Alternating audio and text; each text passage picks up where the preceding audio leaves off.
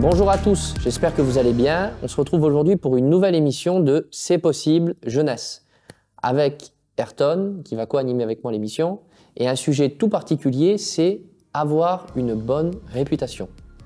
Alors dis-moi, qu'est-ce qui te parle quand on parle de bonne réputation? Moi, la première chose que je vois quand on parle de réputation, c'est ce que les gens vont dire de moi. Et en tant que jeune, c'est quelque chose qui intéresse quand même parce que l'image qu'on rejette et ce que les gens disent de l'image qu'on rejette est importante. Et quand on est jeune, et même quand on est chrétien, on cherche à avoir une réputation qui est parfaite. Et maintenant, la question est, quand on se convertit, quand on accepte Jésus dans notre vie, est-ce qu'on a la réputation qui suit avec la vie que l'on cherche? Toi, par exemple, est-ce que tu as fait des erreurs? Est-ce que tu as eu une bonne réputation d'entrée? Ça a été compliqué aussi, hein, un peu, je pense, comme tout le monde. Moi, ce que j'ai toujours voulu faire dans les choses de Dieu, c'est que il fallait que j'aie une bonne réputation. Déjà d'une, pour mes parents, parce qu'ils m'avaient bien élevé et qu'il fallait que, grâce à moi, eux aussi, ils puissent être sous les projecteurs, on va dire, de dire, voilà, mon fils a bien été élevé, regardez-le, tout ça. Donc, j'étais pas en compétition, mais pas loin. Je voulais avoir une bonne réputation. Donc, j'essayais d'aller, que ce soit quand il y avait la réunion, d'être le premier qui prie, d'avoir un truc, tous ces trucs-là, en fait, parasites, on va dire, qui est peut-être bien sur le départ, mais qu'en fait, c'est encore du faire. Je me reposais pas, en fait, sur ce que j'étais, la réputation, en fait, que j'avais vis-à-vis de Dieu. Je me contentais de me créer une réputation. Et des fois, il y a des moments où ça a été bien, parce que c'est beau, hein, tu veux plaire pour être bien, c'est bien. Mais il y a des moments où t'as l'orgueil qui parle. Et je le dis, parce que c'est vrai, tu veux faire mieux que les autres. Il y a des moments où des gens, toi, t'es là, le pauvre, que ça soit en prédication ou que ça soit en témoignage ou n'importe quoi, la personne est là, elle s'embourbe un peu. Limite, t'es content, parce que tu te dis, moi, quand je vais prendre le relais, ça va bombarder, ça va donner un effet waouh.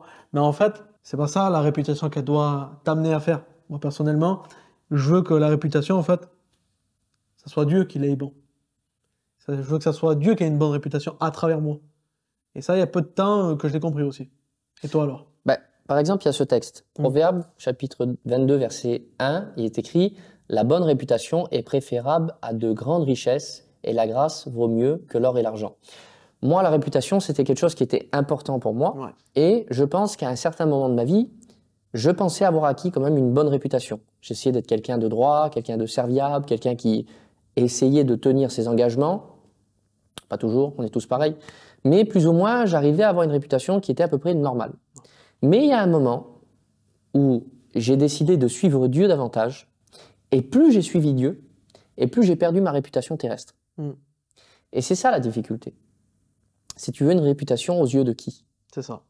Aux yeux de quelle personne nous souhaitons avoir une réputation qui est convenable? Parce que par exemple aujourd'hui, quand on prend sur Terre, il y a des hommes, des personnes qui sont des personnes d'une bonne réputation. Quand on regarde les médias, on dit telle personnalité est incroyable, tout ce qu'elle fait est bien, mais vis-à-vis de Dieu, c'est des personnes qui vivent dans le péché, des personnes qui font des choses atroces, où il n'y a rien de bien. Et il y a un autre texte, en Colossiens chapitre 3, donc du verset 23 à 24, il est écrit que tout ce que vous faites, faites-le de bon cœur, comme pour le Seigneur, non pour des hommes, sachant que vous recevrez du Seigneur l'héritage pour récompense. Servez Christ, le Seigneur. Oui. Et elle est là la nuance entre avoir une réputation divine, c'est ça, être connu d'en haut.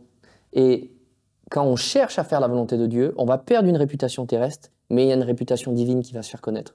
Comme lors du baptême de Jésus, où Dieu dira « Voici mon fils bien-aimé ». Réputation divine. Est-ce que tu connais cette réputation divine? Je peux en parler un petit peu, ouais, parce que quand tu connais ta réputation, quand tu connais après qui tu es, ton identité, tout ça, la réputation, en fait, tu la veux même pas pour toi. Tu la veux pour que ça soit Jésus qui ait la bonne réputation. Bien sûr. Tu vas faire des actes, en fait, après. La motivation va changer, en fait.